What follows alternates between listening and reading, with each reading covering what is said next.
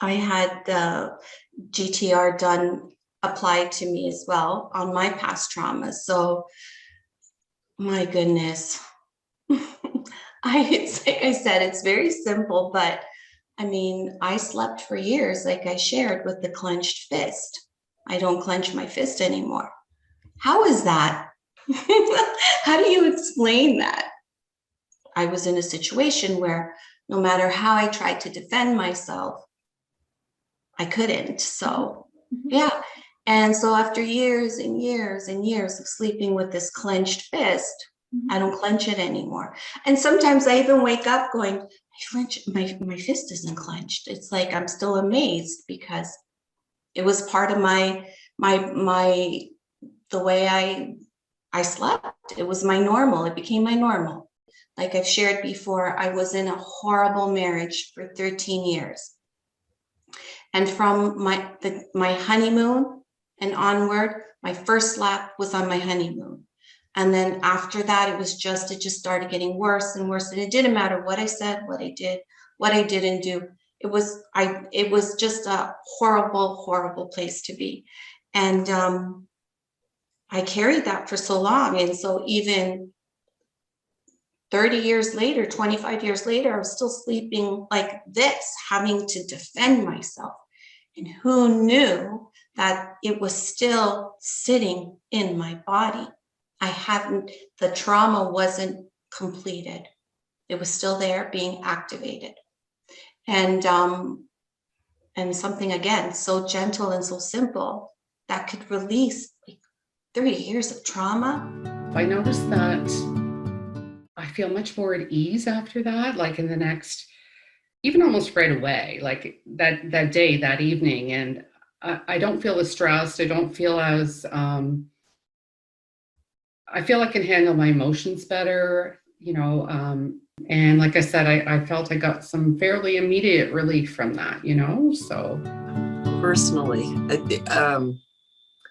I can't say enough about how much it has helped me personally. It's the whole system has helped me overcome my emotional responses and my own conditioning that were driving my inability to cope with my life in a more responsible, realistic, and controlled manner. By eliminating those emotional attachments and responses to past traumatic events, I've actually feel like I've regained control in my life, in my own personal being. I'm not carrying the anger and the resentment and the hurt and all the fears that came from my own emotional traumas and traumatic events that occurred in my life. So eliminating those attachments has really allowed me to grow as a woman, as an individual, and identify the person that I am. So thank you. I will say that there have been major changes and then these subtle, slow changes that as I look back, I say, wow, I've come a long way. Wow.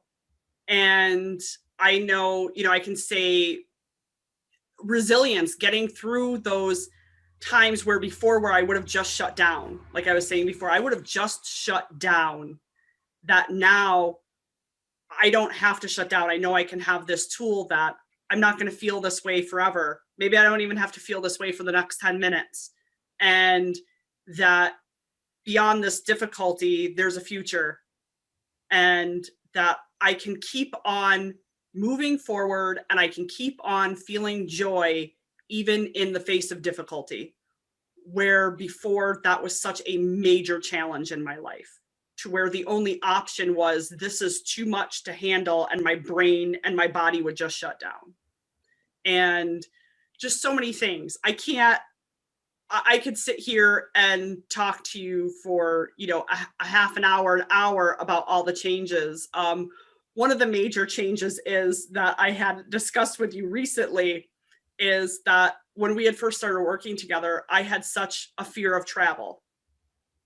And there's still some things that need to get cleared along the way.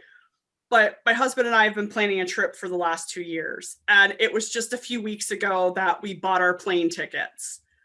And so, and I know that in 4 months that, you know, I'm going to be getting on my first plane ride. And we're watching a YouTube video for Southwest. And I was watching the plane take off. And I couldn't stop smiling. I go, I'm so excited. I'm like, that looks so cool. I'm like, I can't wait to do that.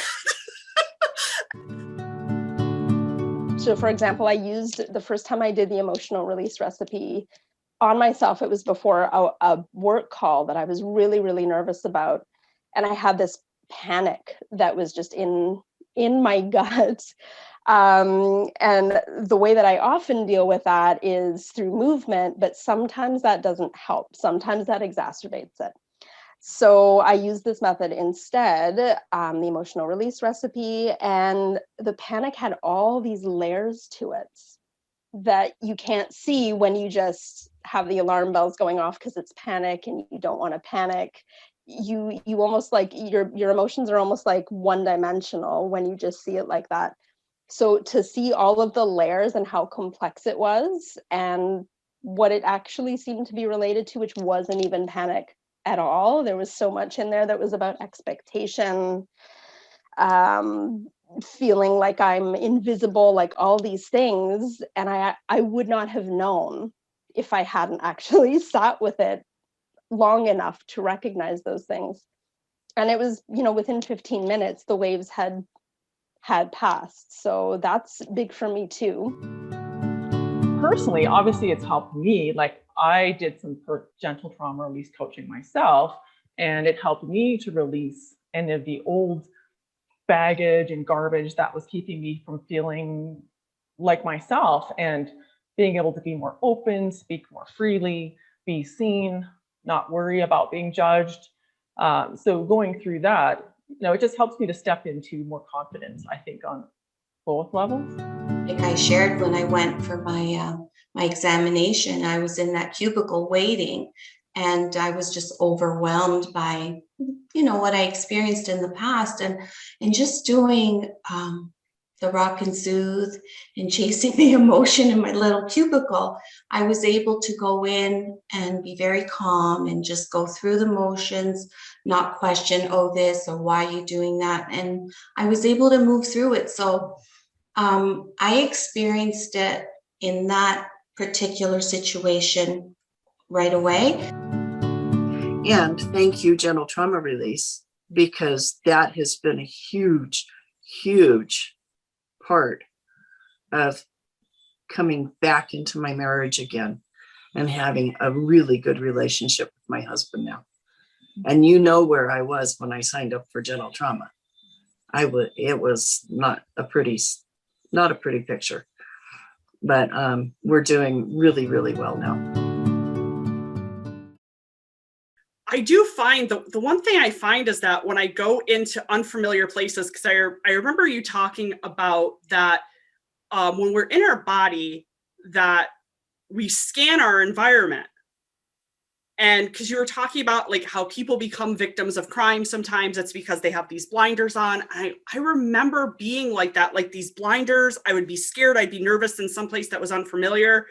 And I'd be like deer in headlights. And I wasn't really looking at my surroundings. I was just like scared and woo, let me try to get through.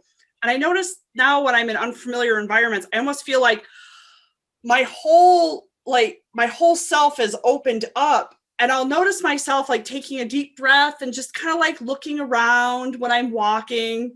And I'm like, hey, I'm scanning my environment.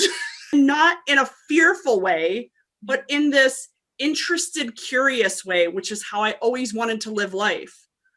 I wanted to be interested and curious and fascinated with an unknown environment rather than to be fearful of it.